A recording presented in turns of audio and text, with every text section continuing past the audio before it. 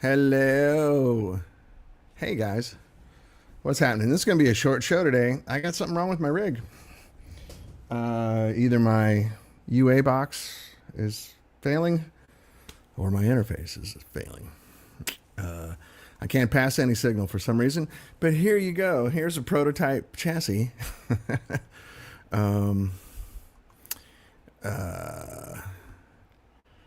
Sitting out without a cabinet. So I'd show you what it is. I'm going to change a couple things here. My shoes, golf shoes, sitting out there. Yeah, unwelcome surprise right now. So we'll hang out and talk. I can tell you what's going on. And we'll just keep it short. I'll keep it to 30 minutes today, unless everybody wants to show up and hang out and talk. We can ask questions, do whatever you want. But I apologize. I thought it was the amp at first, and I hooked a different amp up to it, did the same exact thing. So I might have a bad cable. I don't know. It worked fine the other day. And for some reason, I'm not passing any signal at all. So none's getting to the interface, or at least it's not registering. And not quite sure what to do. But hey, Scotty, you made it. For the one time I don't have an amp. Great to see you, buddy. I'm having some technical failure. I have a bad cable, or my UA box isn't happy. I have to get one of those 2-notes boxes. This UA is not even mine. I don't own it. It's Cheryl Crow's, who lent it to me through her organization, not her personally. I think she approved it personally, but I didn't talk to her personally about it. So yeah, I apologize. So here's the prototype with no cabinet on it. This power transformer, this is just the prototype. The production one will be smaller. But this prototype power transformer is so big because I got all those taps on it, right? And it's like 5 output taps on it. And there's a whole bunch of voltage taps, like 220, 230, 240, 250 on it, because it's a prototype, right? You build everything. So there's a lot of unnecessary stuff here that will not be in the production, but we couldn't put it back in that little cabinet. So I was just going to play it raw today. Probably would have been noisy, but and I could show you the insides if you want to see what a bird's nest, a prototype amp looks like. Not production. They're very messy. Anyway, Scotty Bratcher's here. Scotty, you want to log in and talk? I could invite you right now if you want. You want to try it? Are you in a place where you can do that? And do it on your phone if you have good light. Light is the key. Last week, Hoss Thompson jumped on from his iPhone, sitting in a dark room in the north of England. You want to come on and say hi to everybody? We talk about your rig. Let me get you the invite. Hold on a second. Let me send it on. Let's see. Let me try it a couple different ways here. Scotty Bratcher. I'm sending it on Messenger. Tell me if it doesn't come through. I'll just paste the link here. An error occurred. Yeah, it's not real reliable yet. Let me just copy the link and I'll send it to you on text. How about that? And we'll see what happens. Fingers crossed. Are you doing this from your phone, Scotty? Where is your text? Hold on a second.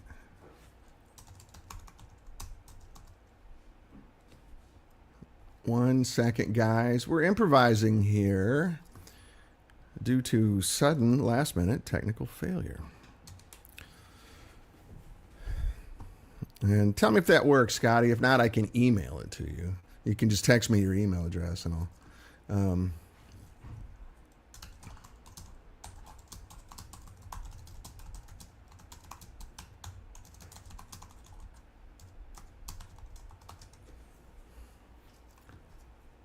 And if it works, you'll show up here on my screen.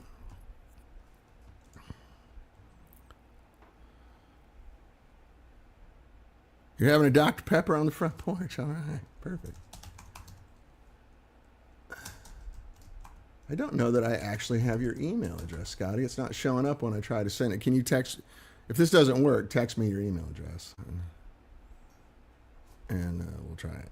Oh, there you are. Hey, perfect. Cool. Hold on 1 second. All right, hold on. Add to stage. Ladies and gentlemen, Scotty Bratcher. What's happening? Man, how you doing, buddy? I'm good. Hanging out in my Bose shirt. Do I not look like a musician that's off work today? Yeah, that looks like a trade show shirt if I've ever seen one. Yeah. I got a whole pile of those. My daughters slept in trade show T-shirts their whole youth. I'd can I have a shirt? Can I have a shirt? And I'd bring home a whole box of them for my daughters. They love them for nightgowns when they were little.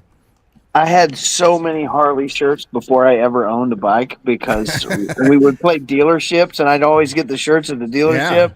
Oh, do you ride? Yeah, a bicycle. Yeah, I know. I ride my car. Okay. I ride the bus. Yeah, that's it. So, well, thanks for bailing me out here. I something went wrong with my rig. The amp's working, but I can't pass any signal into the something. So like my UA box is unhappy, or cable's bad, or something. I don't know. I know. Mine's overkill. Those videos that I do once in a while from the house. I just got I run into our ear rig actually, so I can monitor with my ear. Yeah. But I got an XLR to a USB-C, and I literally just plug it into my phone, and I can run 32 channels of a mix into my phone. Wow. You're younger and more advanced than I am. Way less, I promise. No, but well, thanks for joining. It's good to see you. Are you at home now in Ohio? I am. It's nice 95 degrees. All right.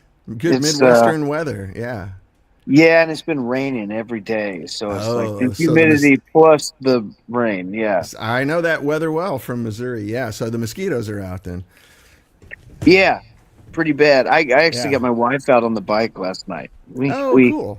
We almost hit a cow like 4 or 5 years ago, and she hasn't been on it since. So they're telling me your volume level is higher than mine. So let me boost my mic. Let me boost my mic here. Hold on a second. Yeah, I know that story really well from the Midwest. I've almost hit a cow on my bike, and then in high school, buddy and I hit a cow coming home from a party at 3 a.m. in his Oldsmobile Cutlass Supreme, and it was a bull sleeping in the middle of the road. Broke through the fence on a 2-lane blacktop. This is long before cell phones, right? So we hit this. It just fucked the car up. I mean, like this was like a mid-70s Oldsmobile. Like you might as well had a 50mm tank, right? Totally, yeah.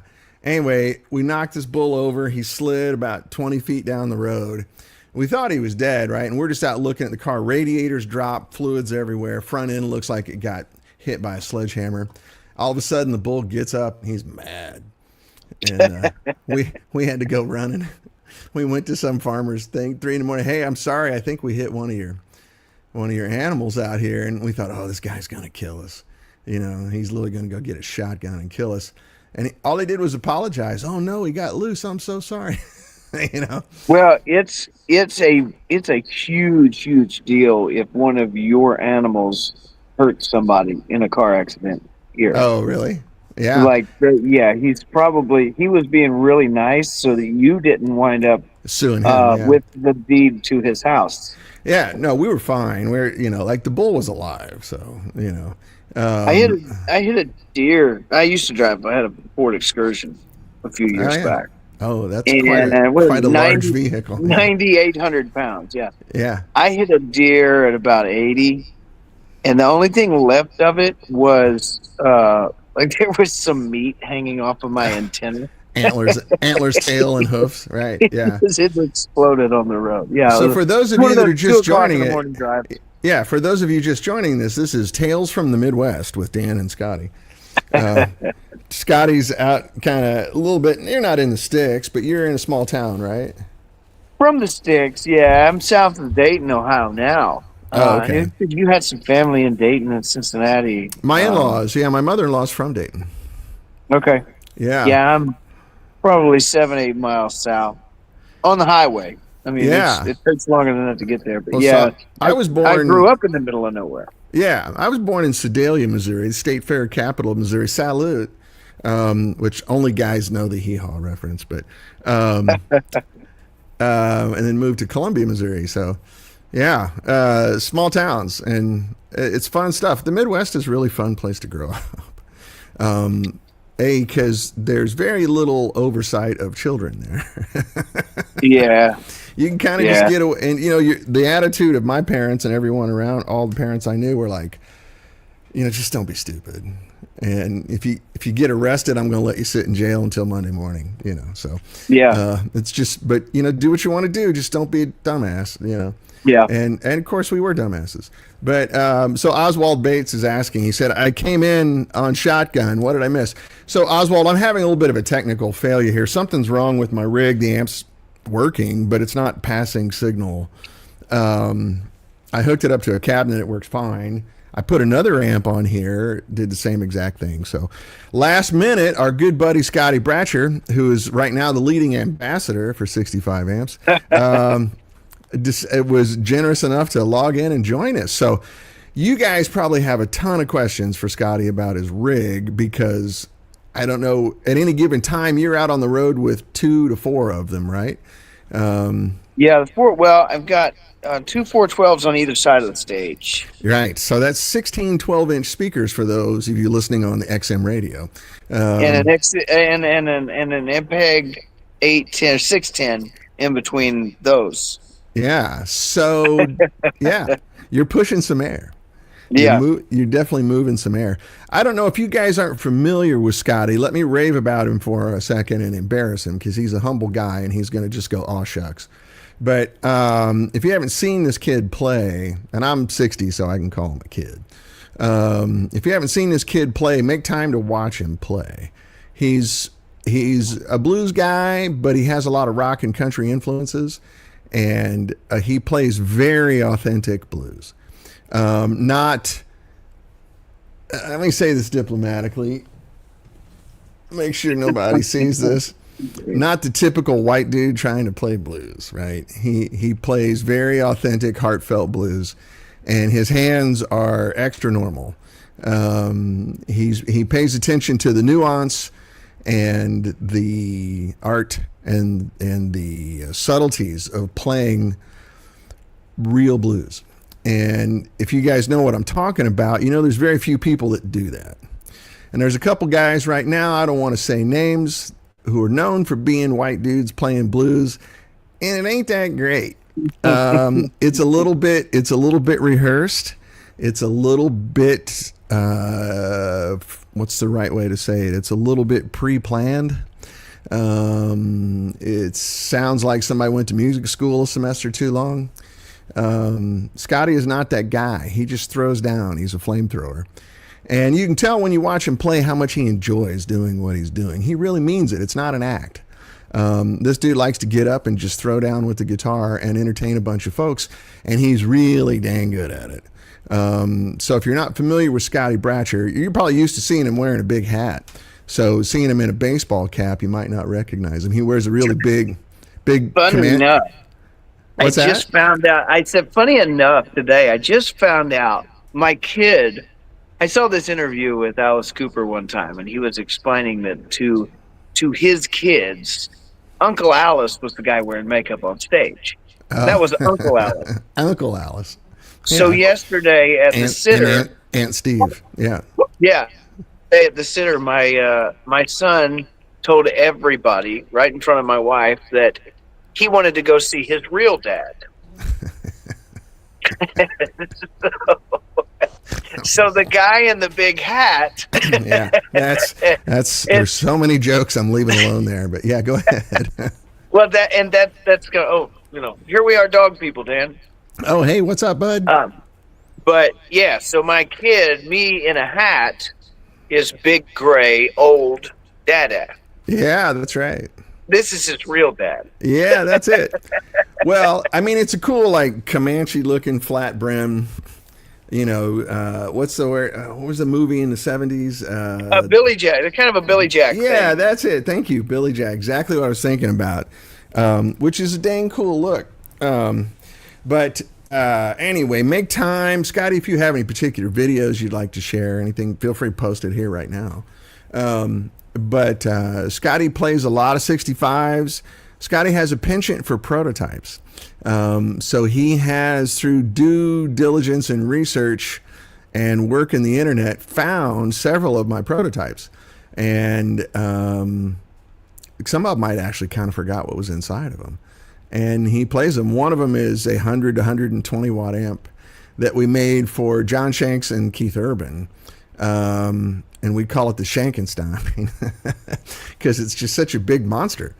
It's literally a big monster. So Scotty plays the legs off that thing, and it sounds really cool. So speaking of prototypes, Scotty, you get a kick out of this, right? You want to see the inside of a prototype and see what it looks like? I would love to. Okay, now don't judge me. But this power transformer is so big. But yeah, look inside of here, man. It's a rat's nest. This is what prototypes look like. Not if I sold an amp that looked like this, people would return it. See if I can give you a little better look into here. But look at that. There's a word for that. I don't know how to say it in English. It rhymes with fucked up. But, you know, pardon the language, guys. If anybody's offended by vulgar language, I apologize.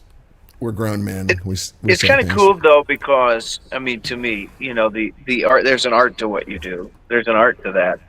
And when you go back and you look at like a lot of really famous paintings, there are earlier versions of those paintings that they found underneath the ones that you know of. Or there's really bad pencil sketches underneath it. Right? Yeah. That's kind of the way it works. It's they call it an iterative process, right? You do iterations.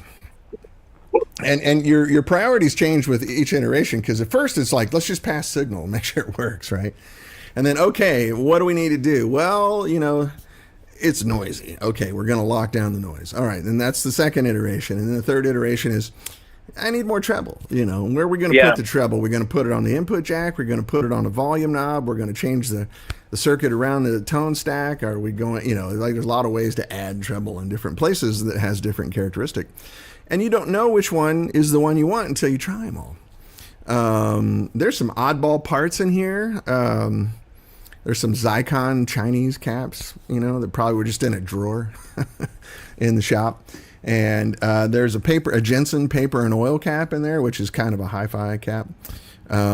We could use that in production. Probably not a Jensen. We'd have to get more of like a Russian one or something. But Oswald Bates says he's offended by non-vulgar language. Well, fuck yeah, that's really cool. Rob Price said we got to ask about this. Rob Price, who's also a card carrying 65 guy, never hit a deer, but had a deer hit my car. Happened to my dad. My dad slowed down to avoid a deer, and it ran into the side of his. It dented the door on the passenger side of the truck. Like came after him. He was mad. I think that maybe the deer didn't have a whole lot to live for, and he got really upset that my dad was actually trying to save his life, so he was going to do it himself. Was it a buck? Yeah. Yeah, I've had friends in high school, like we'd be out camping, committing sins, and, you know, mess with deer. And I'm like, dude, don't mess with the bucks. Like, you know, the does are just going to run away, but that buck will turn on you.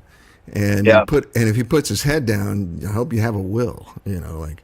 It's a scary sound when you're in the middle of the woods at night, and one of them they're there, but they know you're there, and they will snort. Oh yeah, and it will echo through the trees louder than anything you've ever heard. While they're stomping the ground, and you can feel it. Yeah, they're big, powerful animals. But more deer talk. Let's talk about summer sausage and venison now. But reason I didn't do the show yesterday, I was down in San Diego with a large group of my cousins. It's kind of a joint birthday celebration. There's probably 40 people there. And some of them, well, they were all born in Yuma, Arizona, and so they're just like gun-toting, hunting, really fun people. And I sat around talking about hunting for half the afternoon and about deer. And my cousin Matt's like, "Oh yeah, I was just cleaning a deer on my back porch, and then I gave some back straps to the processing place so they'd make me some sausage." I'm like, "Oh, just send me that, would you?" Anyway, he made us a big roast yesterday that was half pork and half venison, and he let it sit and stew all day long to where it was like pulled pork. But Yeah. Yuma, Arizona is right down on the border, so it had like cumin and all these great Mexican spices. Oh my God, I'm salivating just talking about it. But he Yeah, says, that's yeah, kind of my thing is up here we get obviously the Carolina thing with barbecue sauce, a lot of vinegar. yeah, vinegar and And mustard seed, yeah. I could, I could kind of go either way on that, but I like darker flavors, like the cumin and the Yeah. that sort of thing. So I it's forgot the 3 spices he had on it, but it was all like cumin, coriander, and something else, and then some green chilies and some tomatillos. And he let it stew all day long. I'm seriously drooling talking. It was so good. But anyway, yeah, deer talk is what we're all about. Rob Price says, same thing happened. I was slowing down and the deer ran into my front fender. Man, this is the best guitar show I've ever seen. It's really funny. Well, I'm glad we're able to make lemonade out of lemons here because that was a very unwelcome surprise. So, Scotty, let's go over your rig real quick if you don't mind. Yeah. So, which I think right now, last time I saw your rig, there's just 2 heads on stage that you're kind of relying on. You've gone from 180 decibels down to 130 or something. Yeah. Yeah, they call me when they need to land a plane to make sure I turn my amp down so they can hear the plane land. Right. Yeah, it did. I do have it down from, it was about 119, 120, and I've got it down to 80. 80's nothing. No, it's not. That's enough. That's hand clap volume. Yeah, it sounds funny to say that it's not enough, but my bass player, the guys in my band that's quieter than a Princeton. Yeah, well, this is his 18th year in my band, so he's been with me through 2 super reverbs at a time, to a 50-watt Marshall with a 100-watt Marshall, and his super reverb's as loud as a 50-watt Marshall. Yeah, and then I was running, a Marshall with the super, and eventually I got a hold of these prototypes and started running. My rig 2 summers ago was 300 watts. Yeah.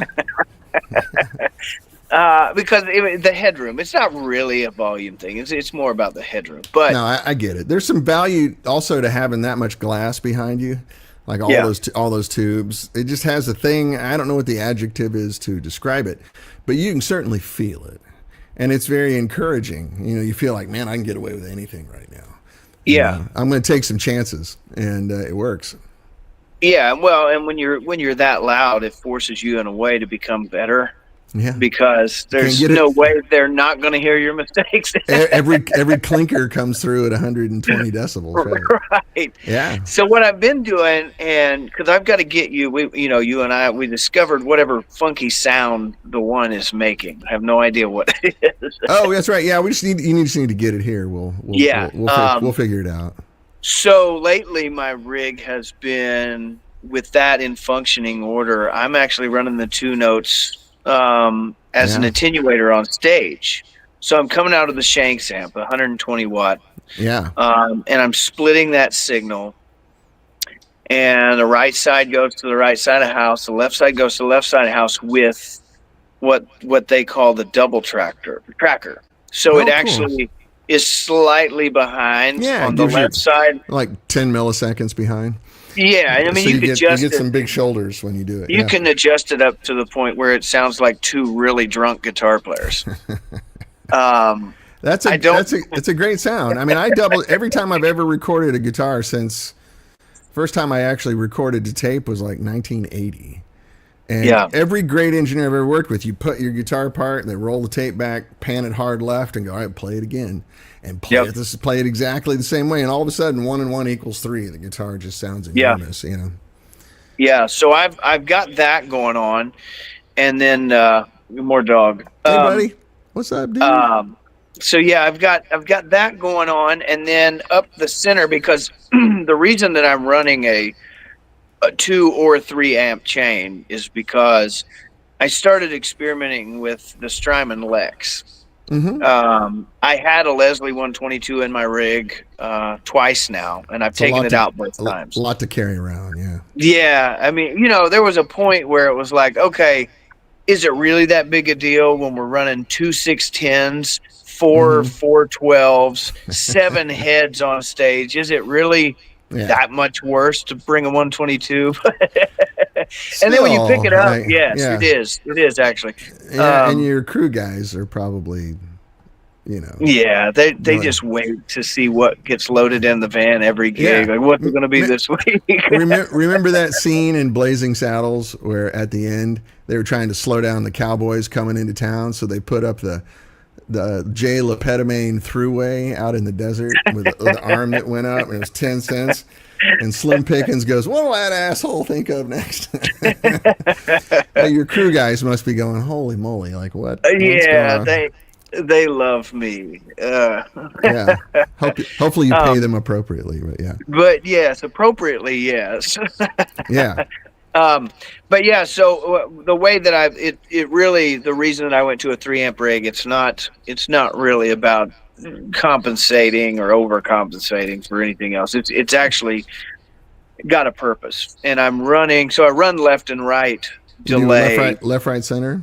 Yeah, and so I come out of I don't necessarily have to go through my whole signal chain, but I split out of a reverb tremolo, and one side goes to a delay, and the other side goes to the Leslie simulation. Right on. And what started that was I talked to a couple friends of mine that I would say are experts in the Stevie Ray Vaughan gear world. If there's anybody that knows anything about it, it's going to be them, and they know all of it. And I said, okay. Not to interrupt you, but who's the guy? Is he still alive? Cesar Diaz? He worked on a lot of Stevie's gear. I think Diaz is gone, I believe. He's gone, okay, yeah. I didn't know. So. It's been a long time, yeah. Because his amps are worth crazy money now, too, because he didn't build a ton of amps. No, but I mean, I think he got his reputation from working on Stevie's gear. Right, yeah. And then Warren Haynes played a Diaz amp for a long time. They're out there, but I don't think he's still alive. I could be very wrong. I mean, I met the guy, like, our very first NAMM show or something. Like 2004 or something like that. And I didn't know who he was, and he explained it to me, and I'm like, "Oh my god, really cool to meet you." Yeah. He's. I think there were a lot of what was the company? There's two amp companies, and I get them really mixed up. There's Homestead and Hampstead, and I don't know which one is which, but I think one of them had something to do with some stuff that he did. Building big, 65, 50. 150 watt heads that went into 215 cabinets and stuff, right? Like there weren't a lot of those. Yeah, Dumbly sort of heat, quote unquote. That's everybody's favorite word, isn't it? Yeah, I mean, for lack of a better term, but that much power, in one box is. Yeah. I mean, it serves a purpose. That's why I love that 120 watt head. I mean, I accidentally found it. You play it on like 4 or something, don't you? Or... Yeah, I'm not. Yeah. I mean, I don't want to say I'm not killing anybody with it because it's still loud as balls. Yeah, that's right. There's a Midwesterner for you, loud as balls. I've got a lot of Midwestern sayings that I don't want to memorialize, but yes, that's a good one. That's a good one. I don't run just so you know, my self-restraint every day on this is really good. Like, you never know who you're talking to. But yeah, go ahead. I'm sorry. So the way that I'm running it right now, going back to the rig, it's the 120 watt head is soaking up the delay, and then I split out of that reverb tremolo into the Strymon Lex because again, I love vintage gear, I love real gear, but it gets beat up, it gets knocked over. Somebody's going to drop it. It weighs Oh, 250 pounds. Somebody's going yeah, to drop it. yeah, So and the it's getting Strymon too. Lex, for all It's getting, purposes, it and works. that stuff's getting too old to tour Yeah, with. You know, like when I was even in the '80s, when I was starting to go play on the road, we were like, man, this thing's like from 1968. You know, like yeah, maybe we should just take out some new gear. You know, like when my 1970 Marshall, I started playing. I bought it. Shit, I don't remember, '83 or something like that. And even then, I was like, man, this amp's getting kind of old. You know, that was 40 years ago. yeah, Yeah. yeah. Anyway, I'm So sorry. Sorry to cut you off there. oh, go ahead. No, no, no. But that was the whole thing. When I started talking about the Stevie Ray Vaughan rig, I had a lot of questions about how he ran the Vibratone, right? Mm-hmm. Which was after CBS bought Fender. It was Yeah. Yeah. essentially a Leslie Model 16 was what the Vibratone Mm-hmm. was. And it was powered by one of their other amps. You had to have an amp to power that, and Yeah. whatever. Yeah. It's just a lot of work for the payoff versus a Strymon Lex. Yeah, I was gonna say, like, in my humble opinion, take it with a grain of salt. I had a nice Leslie cabinet. It was a smaller one. I forget the model number, but 112 spinning in a cabinet. I think it ran on 2.6 L6s. I took the nice speaker out of it and put a Celestian greenback in it. And when I first bought it, I was just totally enamored with the thing. Yeah. But it sat in my shop. And then the first time I took it to one gig with my band, went, oh, hell no. Like, Yeah. it's too much work. And 99% of the people in the audience aren't going to tell the difference anyway. Right. Just get a pedal, The 122, I mean, again, I was trying to keep it up with, 100 and we'll call it 170 watts on stage. Yeah, that's right. At 45 watts when it's spinning. Yeah. 45 watts isn't that much in motion. That's right. Compared to 170 watts, through 8 12-inch speakers. So it's got to be a thing. And when I started, I listened to a lot of guitar players that use those. Stevie Ray Vaughan is obviously my, that's why I play guitar. We all love the guy. Yeah. Yeah. So in looking at his rig, he was using that as an effect. Mm-hmm. It wasn't the only amp he had on stage. Well, when you run a Strymon Lex through every amp you have on stage, it overtakes the signal, and it becomes an effect with an A and not an effect with an E. Right. It's too much. So yeah. And so I split my signal before that pedal, and so now I'm running that up the middle. So the Shanks head splits left and right, and the Sambora amp winds up in the middle because those 7591s they cut. You've said it a million times. They do a very different thing than anything else in the rig. Yeah, so for that to be the Leslie channel, Yeah. I'm really excited to readdress 7591s because my experience with them, tell me if this is what you feel on your stage, but my experience with them was you can hear that amp no matter how loud you play it or how quietly you play it. Yeah. There's something about its mid-range characteristic that just cuts right through, not in an obnoxious or abrasive way. It just sits differently in the mix. And, it was the band that I was in, we had two girl singers, right? One of them sung very quietly. The other one sang very loudly. One of the singers was Dina Carter. Our merch guy he just met her this weekend. Yeah, lovely lady.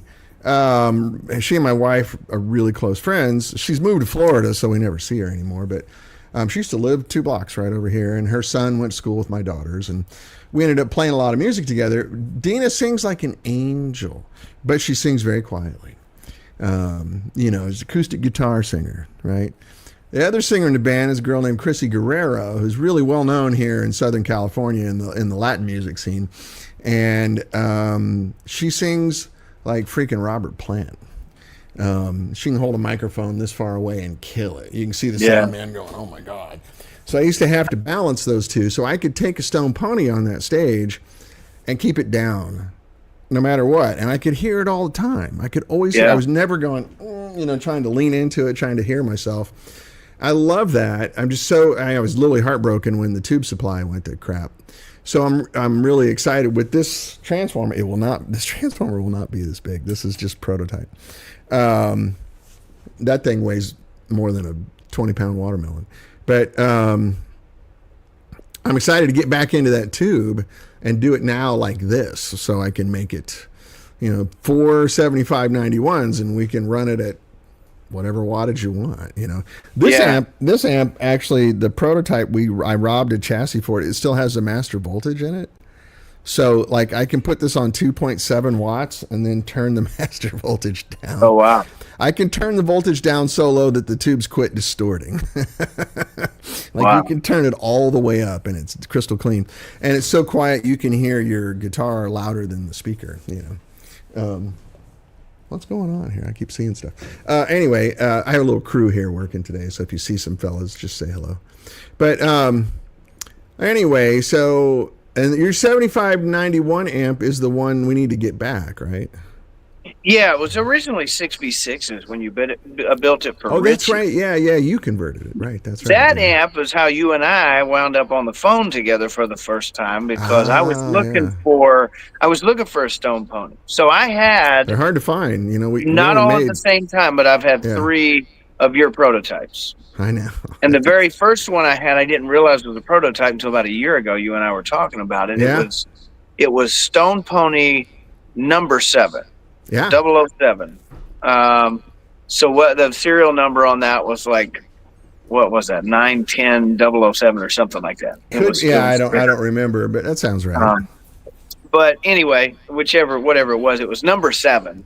Yeah. And it had a master volume on the front and a master voltage on the back that was labeled master voltage. Yeah, that's always a prototype. We never put both on a production. Yeah. This one had both, and it was 007. What a cool serial number, right? 007. Now that you mention it, I think someone like Scott Patton from Lady Antebellum might have, because usually when we're prototyping, I'll have guys take them out over the summer. Yeah. And say, tell me what you like, what you don't like, what do you think it needs? And so we sent a couple out that had both options, the master volume and the master voltage, just to say, tell me what you think. And I think it was Scott Patton from Lady Antebellum, because I know he bought a Stone Pony. You know what? That would make sense, because I feel like I got that amp in Louisville. I met a guy in Louisville. Yeah, we probably sold it during the recession. Okay. There was a period during the recession where on the other side of my wall in my office was our finance manager, and she would come in and go, "Hey, bud, I hate to tell you this. I need some cash." So I would just go out in the shop and go, "All right," and just start selling shit on my web show. I don't know how old you were during the recession, but everybody had a gun to their head. It was bad. I grew up in a steelworking family. My dad was a steel worker. And at one point, you know what it's like. 2005, they actually locked out. So my dad worked for a union company. They actually locked my dad union out of the company and started hiring guys off the street. It was a very dangerous job. It'd be ambulances in there 24/7, just taking people out. They're hiring scabs for that. Yeah, that's exactly what they're doing for $25 to $35 an hour more than what they were paying their actual workers. Wow. Just to prove a point. There's a word for that. It rhymes with crasshole. Yeah. I said a lot of words at that point. Yeah. So they're hiring guys for $100 an hour to come in and do a job that they were paying a guy, $45 for, just to prove a point, just to say we can. It was what the kids call a flex. Or greedy butthole. Yeah. Yeah. The recession did hit. Haas Thompson's here making his normal hilarious remarks, by the way. So I feel like I probably owe him an apology for coming off of the rude American bragging about guns when he was on the show the other day. Wasn't really me. That's a whole nother conversation. With me having lived in England, I am extremely sympathetic to their point of view. Yeah. But you and I are homies. Like we never crossed our mind to point a gun at a person. Right, right. Honestly, I hate to sound naive and stupid. Like it just never crossed my mind. Like Yeah. why would you want to shoot somebody? Um, it's fun shooting clay targets. I like to shoot skeet. I like to go bird hunting. It's fun to plink with a pistol out in the country and shoot beer cans and Well, beer bottles. hopefully he's listening to me talk and he goes, "Oh, with that accent, he didn't become stupid. He was born that way." Yeah, yeah. And here I am. He's saying not at all. Hoss is a real gent, by the way. And also, I think I'm kind of pretty hip to English humor. They call it taking the piss. Yeah. And if one of the ways you know that someone likes you in Great Britain is they're taking the piss. But no, Hoss is super. Yeah, yeah. Smart. I smart, never cool know. dude. Yeah. With my Yeah, accent, It's good to bring it I up. get. But I mean, like when I moved out here, just to go down this rabbit hole for a very short time. But like I moved out here to go to music school in 1986, and I brought a 357 revolver, right? For fun, not because I wanted it for protection. Sure, sure. I'll beat the shit out of you with my hands. I don't need a gun. I got golf clubs. I'm really good. I can swing them really hard. But so I decided to go to a gun range. I was bored. I didn't know anybody. And I'm going to go to a gun range, raining or something, and I want to go to the gun range. And I went to this place called the Beverly Hills Gun Club, which is not in Beverly Hills, and it's not a club. It's just a marketing name. It's in Culver City, and anybody can walk in, right? So I walked in, and of all people, in the next stall to me was Jeff Baxter, Skunk Baxter. Oh yeah. And he and his friends are shooting 44s indoors, which for those of you who don't understand guns, that's a handheld cannon. Like if you're not ready to shoot a 44, it'll kick back and hit you in the head. It's got that much power to it. And I'm there with this little 357, and which makes a lot of noise, but it's really not super powerful gun. And it was a revolver. So I walk in and I ask the lady, "Hey, I get a lane." She says, "One lane down there, and there's a bunch of guys shooting, just fair warning." "Oh, that's fine. I don't care." And she hands me a silhouette. And I said, "Oh, I don't want that." And she looked at me like, "What?" I go, "I don't want to shoot a silhouette." She said, "Why?" "What do you mean, why? It looks like a person. I don't want to shoot a fucking person." "Do you have a bullseye?" "I just want a bullseye." Because in Missouri, when you go to the range, they give you a bullseye, unless you ask Right. for a silhouette, right? And anyway, she goes, "Oh, okay, I think I got someone back." She comes back with a box. It's all dusty. And goes, "Here, you can just have these." And so I pull out bullseye, run it to the back of the range. And these guys are shooting 44s one clip at a time. Kung, kung, kung, kung, kung, kung, kung, kung, kung. Which, if you've ever been around a 44, it's jarring to hear that. It's like, it's holy shit. And you're indoors, right? It's not like you're outside. It's louder than hell. And, back then, a 44 shell costs $1. It probably costs $4 now. And so, they're shooting clips of 7. Kung, kung, kung, kung, kung, kung, kung. And, oh, my God. And so I pull out my 357 wheel gun, and I'm like, crack. Crack. It's a Ruger Blackhawk, right? Single action. Yeah. Well, my dad's got a 44 Ruger Red Hawk. Yeah, that's so the, it's the Red Hawk is the size up. That's the big boy version of what I have. Anyway, so, and they're making fun of me. I mean, they're openly making fun of me, like, I'm there with a BB gun or something. And I pull my bullseye up, and I've got a nice little tight pattern, and they're pulling these silhouettes up. They just look like, random shit everywhere. And so I had this fun thing all night long. But anyway, I walked out of there for the first time ever. So this is 1986. I was 21 years old. I walked out of there for the first time ever going, I kind of get it. Like these guys are assholes. And Jeff Baxter, he's a CIA guy. Yeah, yeah. He's licensed to carry whatever he wants, and he was nice to me. I talked to him, and I said, I told him I was going to MI, and he was really cool about it. But the whole crowd that he was there with, they were just a bunch of wankers. Yeah, yeah.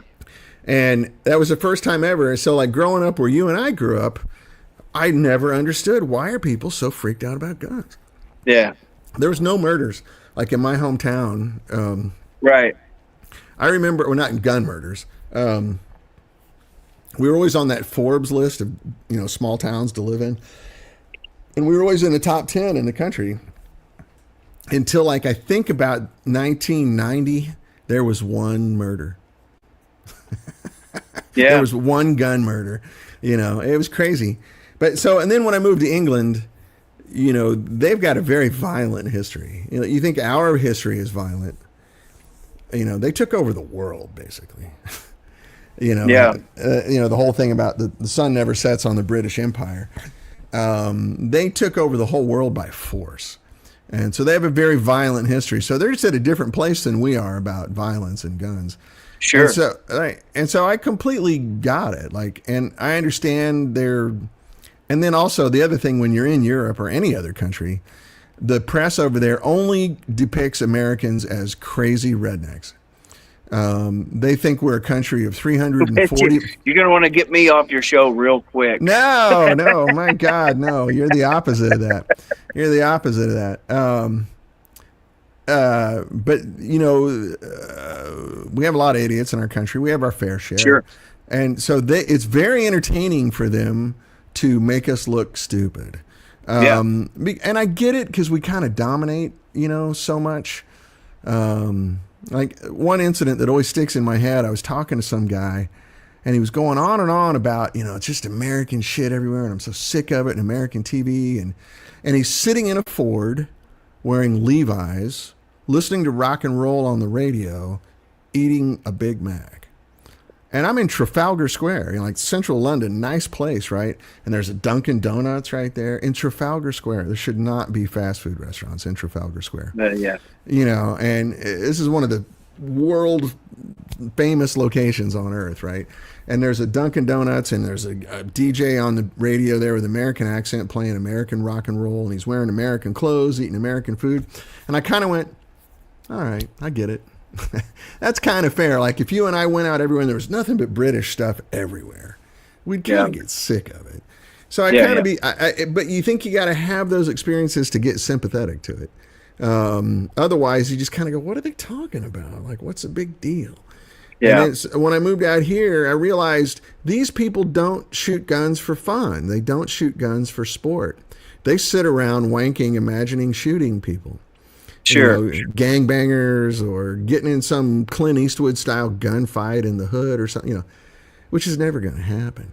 And it kind of turned me off. Like I don't shoot here in LA at all now, because when I go to the range, there's homies out there with AK-47s and, and they're drinking and smoking weed and I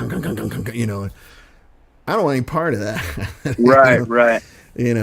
So anyway, long rant there. Sorry. I grew up in the middle of nowhere with a 400-acre field behind me. So it wasn't a matter of going to the range. It was like, hey, you wake up in the morning, you go, hey, you know what? I'm going to go shoot a gun, and you get good at it.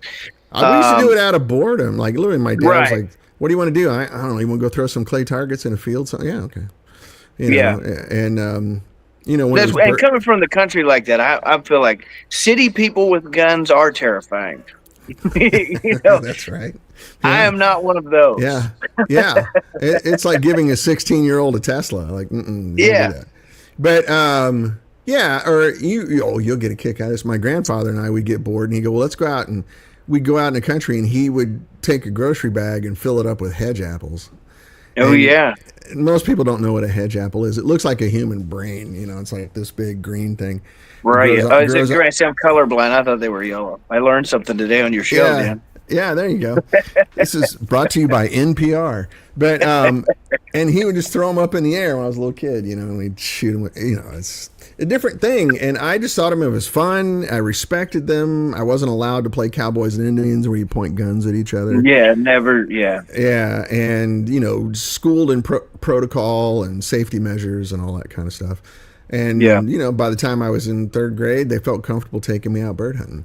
So, but anyway, it's totally fair when somebody goes on that. I think I just I tell them the truth. Like, I understand what you're saying. I get it. Yeah. I mean, I still have sporting guns and I have a good time doing it. I take my daughters out skeet shooting and stuff. And, And I go hunting with these cousins I was telling you about that are from Yuma, Arizona.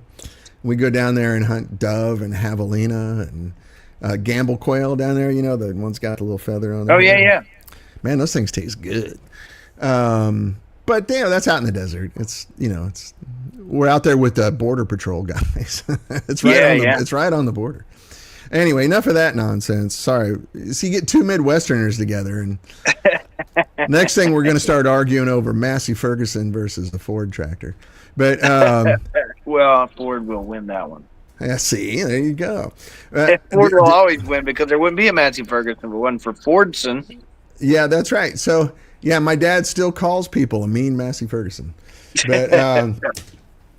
But anyway, when you back to your rig, like yeah. So you've got the Shankenstein and then the Sambora amp. Is that what it is? Yeah, and so what I've done there is for the sake of volume on the last couple shows, I'm still in an experimental phase. Yeah. So I'm not settled in on. Of course, I'm a guitar player, so I'll never be settled in. I was going to say that only stops when you die. Yeah. Right. Yeah. So, but what I have been doing, just for the sake of volume, I'll run the shanks directly to front of house with no cabinet. Oh, off your two notes box, yeah. Yeah, and then I will run another two notes off of the Sambora that goes front of house up to the center. So you got the shanks is left and right. Sambora is center. That's a pretty sound guy friendly setup, isn't it? Yeah, and then Soundmen must be enjoying you now. Like, thanks. You know what is crazy? I was actually talking to our front of house guy. I didn't use him on the last gig, and I came up. I said, Jeff, listen, I got a problem. These guys that have complained to me for decades about my guitar rig being too loud, now that it's not loud enough, they don't run it up in the PA like they should. You're not getting the love you want. You know? Yeah. So it's an ongoing experiment to try and find that happy medium between, like, these guys are going, we've worked with him before. He should be a lot louder than that. I'm afraid if it's a bad cable and I gas him up to where we normally have him and his cable clicks in, there's not going to be anybody with eyebrows in the front three rows. That's right. Yeah, there's some inherent risk in that setup for sure. So what I've done then is the Sambora amp goes through one of the 412s, attenuated 20 dB. Oh, okay. That's pretty conservative, yeah. Yeah, it takes it down between 80 and 90, depending on how I'm running the amp. On stage for that rig. I mean, you probably sing louder than 80, 90 decibels. I do. I mean, it's no competition for the drums. And that's one thing I will say. I wish Two Notes would call and say, hey, you're some random guy we know has your stuff. What's your opinion? Yeah. You know, politicians do it. They call me all the time and want to know my opinion. But I wish Two Notes would do it. Don't they always ask you for $20 after that? But yeah. No, but so I know the guys over at Two Notes, and I can hook you up. I just wish they would attenuate that slightly less than 20 dB because there's two settings on it. There's a 20 dB setting and a 38 dB setting, which 38 dB, your strings are louder than your amps. Yeah, no, that's bedroom stuff. Yeah. Yeah. Yeah, 20 is a lot because I think what's the math? Every 3 dB is doubling, right? When you go up. So every 3 dB going down is cutting it in half. Yeah, so 6 times quieter, roughly. Yeah. You know? Well, that's interesting. I don't know. What about their new product? Does it have a variable thing on it, or? I think the new one. They sent Peter one. He really likes it. Yeah, I'm a fan of what I've got. The attenuation is the only problem. Right. And to be honest, I mean, if I were not so anal retentive about how the stage looks now, I could turn my cabinet sideways and not attenuate them at all. In front of house would still be, getting the full signal of the amp through the tuner. Just so you know, I don't know if you want to try this or not, but on your cabinet, the frame on the front, the grill cloth is attached to that. So you could take that whole frame off, keep the grill cloth intact, and either block off 2 speakers or disconnect a couple from the back and still have your look. I want to stake claim to this idea because it was my idea and I got ripped off and somebody actually made it and they verbally gave me credit when somebody would ask, but it had like, oh, look at this thing we did. I actually had a cabinet built one time had grill cloth on both sides. So Mm-hmm. you could turn the cabinet around and it looked like it was forward facing. Yeah, yeah. I've seen And the that jack before. was Yeah. in the side of the cabinet. Yeah. Yeah. So that, from the stage, it looked like it was a 412 cabinet, and it was. Sure. But you were looking at the back of the cabinet with the grill cloth on it, and the speakers were actually blowing out the back Yeah. instead. Not an extremely original idea, but the first one that I ever saw, first one that several people in Nashville had ever seen was the one And that then- I said. And then they tried to charge me double for it, and I'm like, all right, you just keep it and take all the credit. I'll just be over here Yeah. with my cabinets facing forward. I forget the name of the company now, but you know the guy Jason Orme, the studio guy, sideman. Last name's Orme. Yeah. Yeah, great player, like really good, tasty rock and roll player. He lives here in town. He plays with. I met him. Peter did a tour with Sarah McLachlan, and he was the other guitar player on that tour for a while. Great player, but he works with this company and they make baffles. And you send him a picture of your amp, and they'll make a baffle that looks exactly like the front of your amp.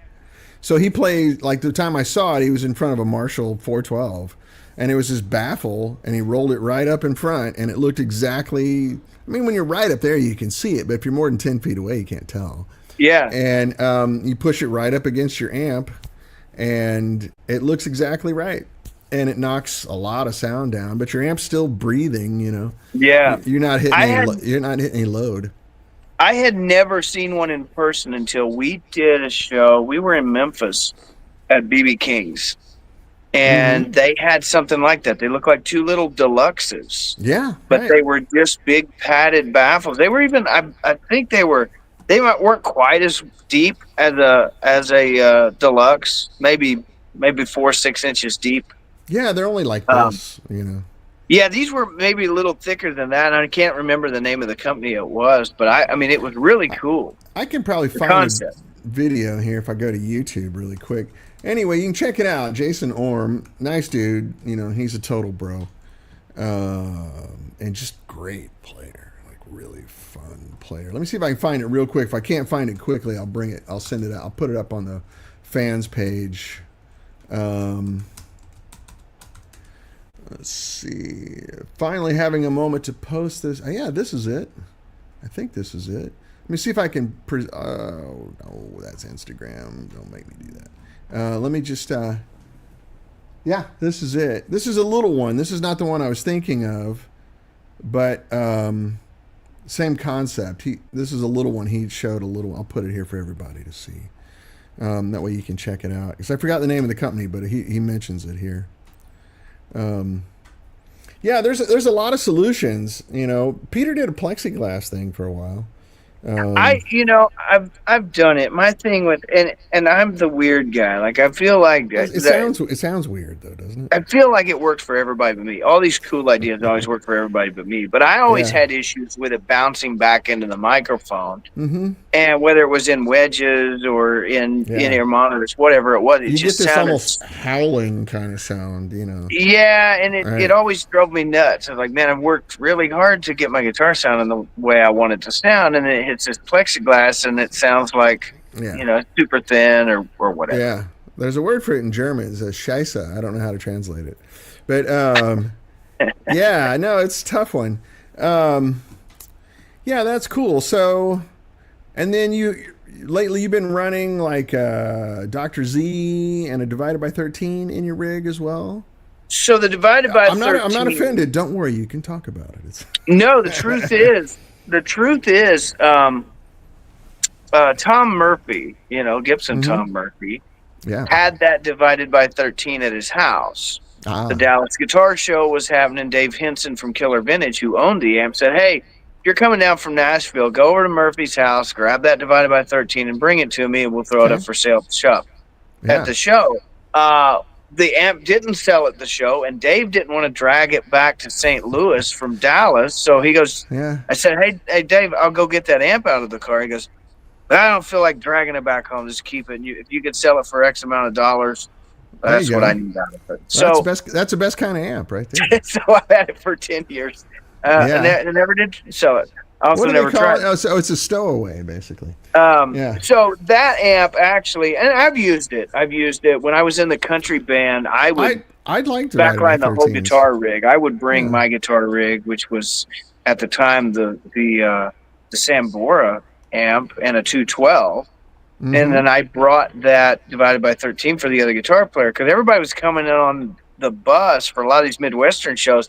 It was a whole lot easier for me to jump in my van. Me and the keyboard Mm-hmm. player lived up here, Yeah, so that's right. we would throw our gear in a van and drive to wherever the gig was. It Yeah, was that's we were right. closer than everybody else, so So I Haas would throw that in Thompson, for him.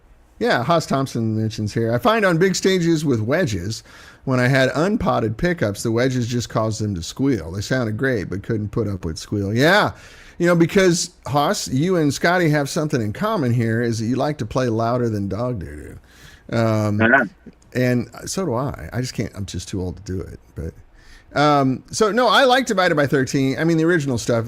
Fred's sold the company, so Yeah, this is early. This is we talked about it one time. This is the the very first ones. LDW 1739. It's the That's the model. Lyle Workman, yeah, and Lyle's a Yeah. really good buddy of mine. But the first two that he did, the FRT 33 and the 44, I think. The 44 was 4 6v6s and the 33 was 4 EL84s, I think. Yeah. With the 5879 tube. That amp is kind of what inspired Peter and I to pull the trigger. Okay. I went and saw McCartney in 2000. Well, I saw him every time he came around, but yeah, 2000 or 2001. And I heard those for the first time. And Rusty Anderson and Brian Ray are local guys, right? So we had a lot of mutual friends. I thought it sounded really good. And I knew Fred. He was a repair guy at True Tone in Santa Monica. So he was a really well-known guy here in town. And the story got around, that Rusty Anderson had two Gibson GA40s. He didn't want to take them on the road. And those are like 20, 15 watt amps or something. But Yeah. they sound really good. So Fred made a modern version of that where the two of them in one cabinet. And he did a really great job. Those amps the early ones are really well made. And Fred knows what he's doing. He's legit. I mean, now I think it's Two Rock or somebody bought them. But yeah, they did. yeah. Yeah. They And those did just guys fine. also know what they're doing. Like, those are serious amp guys. But it was neat. So we actually, on the original version of our website, we had a thank you page on there. And we thanked Fred Tacone for inspiring us to go ahead and do the thing. So it's cool stuff. They're fun amps. And they blend well with my stuff. We had a lot of coexisting for what customers. It's worth, yeah. Our keyboard players playing through that amp. I know. I had to. I had to make room for your amps, so I made our keyboard. Yeah, that's right. They're great amps, and they sound really. I'm such an analog guy. We're talking about like the whole Leslie thing and everything else. Our keyboard player, we don't use any piano sounds on the gig. It's a Wurlitzer 200 right. Yeah, there you go.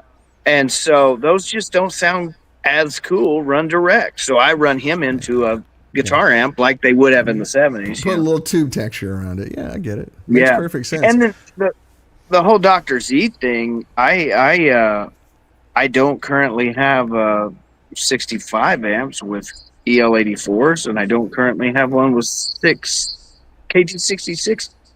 So once I get those, I can fix that. I know a guy. Once we have some of those in the rig, I don't have any reason to have anything else. I'll say. Well, I think once El Pompadoro here gets finished, you're probably gonna dig this quite a bit. Yeah. Even though, like right now, I've got 5 taps on here, but the only 2 that are hooked up, I can run it at 20 watts and at 2.7 watts, 3 watts. And I played it over at Mike's. I went and picked it up 2 days ago, and I played it through one of our little 112s. He's still got some 65 cabs over there. Man, this thing throws down. Like, I'm really disappointed I don't get to share it today. But hopefully I don't have a failure on the rig, just a bad cable or a bad connection or something. I mean, I bypassed my pedal board. I did everything, and I'm not getting any signal. But and then I need to reach out to the Two Notes guys anyway, so maybe I should just go ahead and start using their stuff, since we're going to license their stuff on the new amps. So Okay. It's going to be integrated. We're going to integrate it into the amp itself. So it's not a separate box that you have to, you Well, know. it would be cool to, and I think their product would be much more. I'm not saying it's not useful. I don't say anything bad about them. I mean, I have no allegiance to them at all. I've paid for Yeah, everything, yeah. paid full price for everything. I just wish that because the concept of it You'd is rather have a more useful variable. to me. You'd rather have a variable Yeah, or a reduction less instead steep of step. right, That or would be just the maybe thing. some more, maybe just some more steps.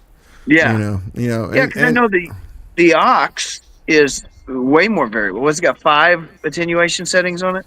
yeah, I got to put my glasses on to read it, but yeah, and I have mine down.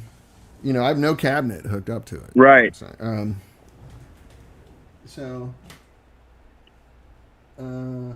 yeah, it's actually let's see, 4, yeah, 5. That's right. In half step increments, so it's technically 10. Okay. But it says 1, 2, 3, 4, 5. But there's a 1, 1.5, 2, Yeah. 2.5, etc.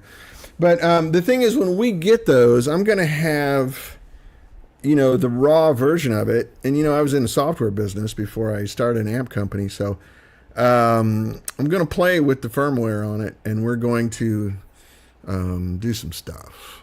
Yeah. And so that's good input, though. I'm glad to hear that. That really helps me because all it is when you make the switch like that, you're just switching to different big resistors, Yeah. and so you can either put more of those steps in there, or you can actually just put a huge pot. A pot that can do all that would be pretty expensive, but the functionality of it might be amazing. I don't know. Yeah, I Yeah. think the thing with what the version of it that I have is it's a lot about space because it's a third the size of a UA aux. Yeah, So they're very like if you actually take the lid off that thing, yeah, you can see the circuit board. There's just a lot of air in there, so it doesn't get hot. yeah, It's not a very large device, and I don't yeah. know how they And pull it off, but it works really well. so maybe the idea between 2-step attenuation instead of 10 has Yeah, more to do with the size than it does their, could be, capability. but I mean, I'm going to put it in an amp cabinet, so I'll have Right. all the room in the world. Yeah, that's something to think about. Well, hey man, I hate to do this. This has been really fun, but I got to run. I got a 1:30 meeting I got to go to. But I got a kid thanks. that's about to wake up, so I'm right Yeah. there with you. Well, I really appreciate you last minute, no notice. You didn't have time to go like get all cleaned up. I definitely, and I apologize. I probably looked like I died earlier today. You look fantastic, man. I'm You look sitting out in this fantastic. humidity.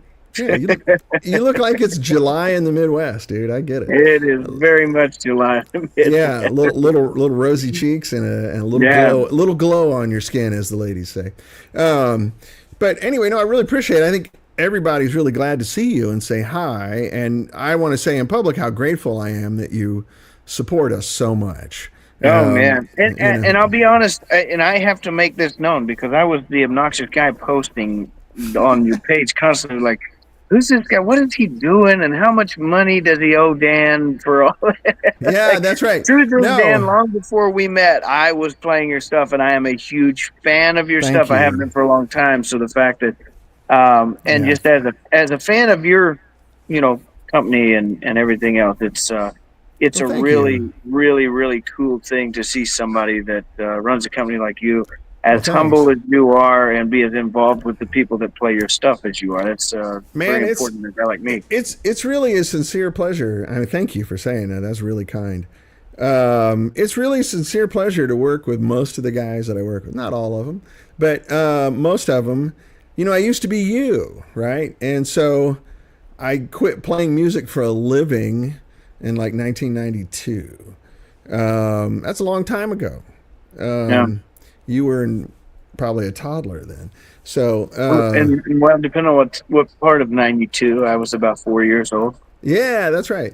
You were a preschool kid. But to make a confession, I miss playing I pine for it. I lust for it. I I feel like I'm a fraud because every time I look in the mirror, I expect to see a musician, and I Yeah. see a guy who's a businessman, and my self image is that I'm a guitar player. And I was, and I put groceries on the table for a long time with the guitar. And you know what that's like. You pay your bills and you put food on the Yeah. table with your guitar. And that, I used to explain it to people. It's so much joy and fear at the same time, but it's so much joy, to walk into your house and see that your bills are all paid and you got food in the refrigerator and you got gas in your tank, and it's all because people pay you to have a blast. Yeah. Like I explained it to my wife, like, have you ever had a job where 20 minutes before your shift was over, you got sad? Because you're thinking, oh man, Yeah. we're almost done already. Right. Right. Oh man, it's like like when your parents take you to the playground. Like, come on, we got to go home. No, I gotta, Yeah. That's every night for a decade or more. I mean, I played my first gig when I was 13.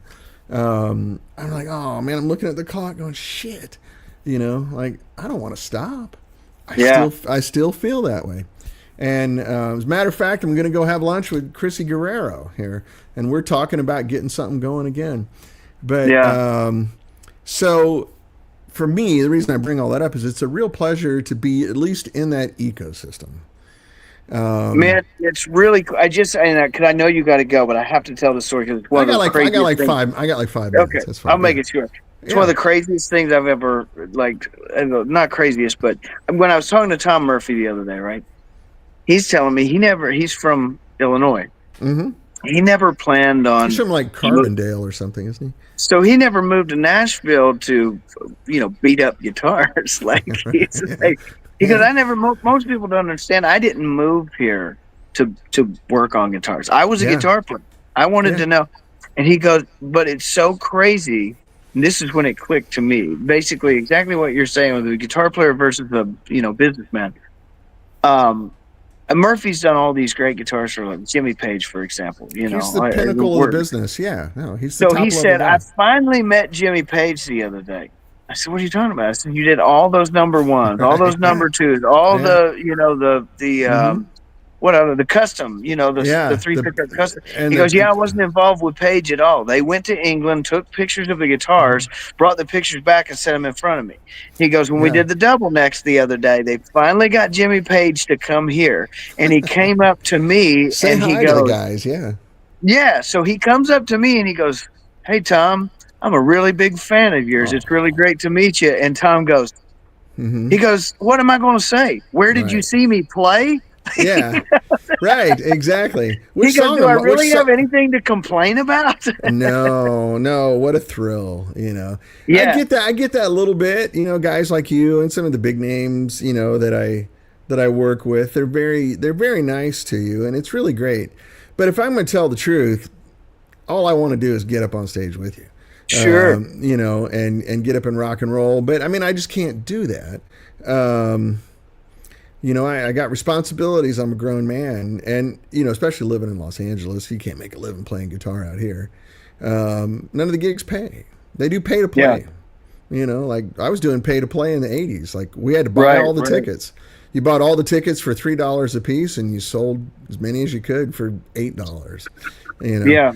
And I think the official legal phrase for that setup is called bullshit.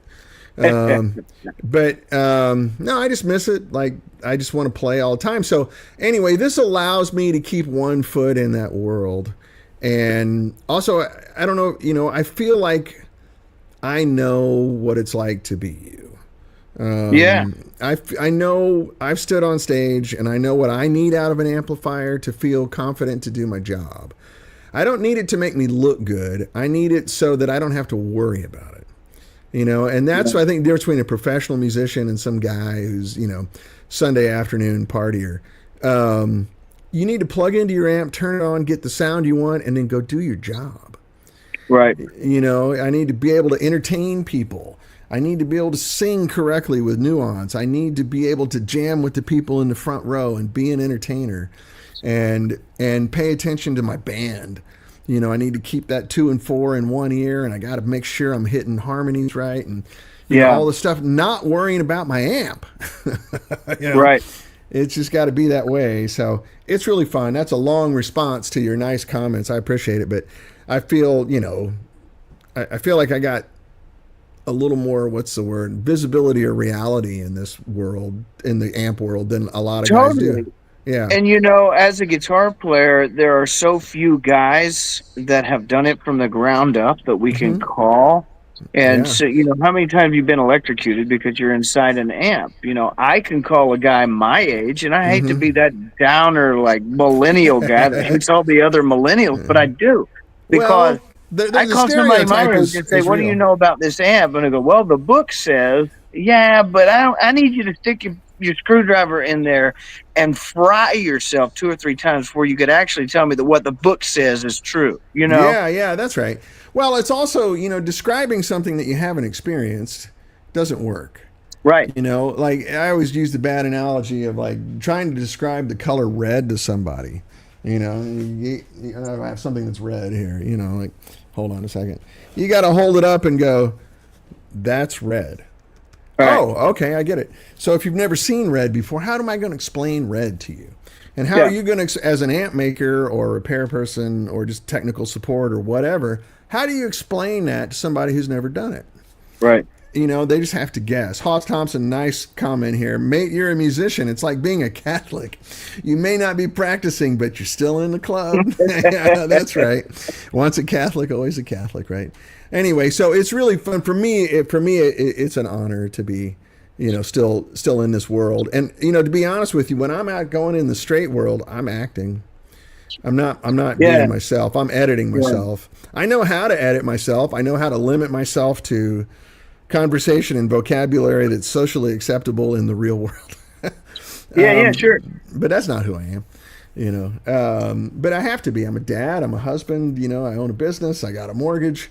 You know, I got to act straight. Well, and I mean, I'm that way. I, you know, when we're doing contracts and things like that, I basically at some point fired everybody that worked for me at one point because everybody was taking money for doing the jobs I was already doing. Yeah. And so right. in the musician world, that's a lot easier thing to do than running a big business where you've got, you know, a whole different thing. But for me, it's just different. You know, like if you're not a good player and you don't have a mind for the music business and you don't have the personality to entertain people, you don't have the personality to lead a band, that's really hard. You know, but for like you, it seems like it's second nature. And, you know, for me, it always was. Yeah, I was always I'm more at home on stage than I am sitting talking to someone face to face. Totally. Yeah. And I like it. I don't know if that's healthy or not, but yeah. Well, the reality to me, I mean, without being religious, I'm a faithful person, not necessarily a religious person, kind of a thing, you know. Hey, but, man, you do you. It's all good. Whatever I think, but I feel like people are 100% born into the world to do a thing. And we may not always know what that thing is right from the beginning, but I mean, fortunately for me, I did. Since I was 2 years old, I knew what I was going to do for the rest of my life, and I've done it. Yeah. I intended to do that, but it didn't work out. But, same way. I'm musical family, musical grandfather, musical father. You know, my grandfather, I think I told you the story. I'm still wearing, this is his wedding ring. Yeah. You know, he was an immigrant, so he didn't know how to play with kids, right? So he taught me how to play piano. You know, when I was a toddler, and he was a trumpeter. So he kind of played one finger piano, but like instead of let's go out in the backyard and have a catch or something, it was like let's go make some noise. You know, I could sing my phone number when I was 4 years old. Yeah, you know, that kind of thing. And so same way. That's all I ever wanted to do. But anyway, so this allows me to participate. Put it that way. That's probably the best word. Yeah. Thank you. I'm grateful. It's a two-way street. It's really good, but I do got to run. I'm sorry. Yeah. I gotta get out of here. But I'm so grateful that you just jumped on. Like we could put it on pause and do more. I think probably if I would have announced that you're going to be on here, we probably have a pile of people that want to ask you questions. So Well, I'm if you're okay totally. with that, yeah. Yeah, no, I'd love it. I'd love it. And if we plan it out and there's a way to do it, I figure out if there's a way to do it. But if I could get those two amps hooked up, Or and any amp, yeah. I mean, yeah, because you've got your 2 notes box, and I think, do you have a good interface on your computer where you can just no, plug it in? I've been using that Personas the whole rig. I mean, I'm using an Oh, right. actual That's a great interface. So they make a really front good of house. interface. Yeah. Yeah, Well, so I'm just running that. let's figure that out. You can play some guitar. Maybe run us Well, through your and it's more rig. about answering questions, not one of those, Yeah. wanky look at me kind of a deals. Oh, But if no. anybody wants to hear what the prototypes sound like, I've got a way to do it. But I mean, if you're there plugged into your rig, someone might go, "Well, how do you do this?" Oh, let me show you. And Yeah. but anyway, I do got a bolt. I'm sorry Yeah, to be yeah, rude. man. Anyway, love you, buddy. Thanks for showing up. And Yeah. and we'll just put it on pause, and we'll say to be continued. Sounds good, man. All right, fellas. Thanks for joining in today. Scotty Bratcher from Ohio today, sweating it out on the porch, drinking Dr. Pepper. That's right. All right. Love you guys. See you next week. See ya. Take care.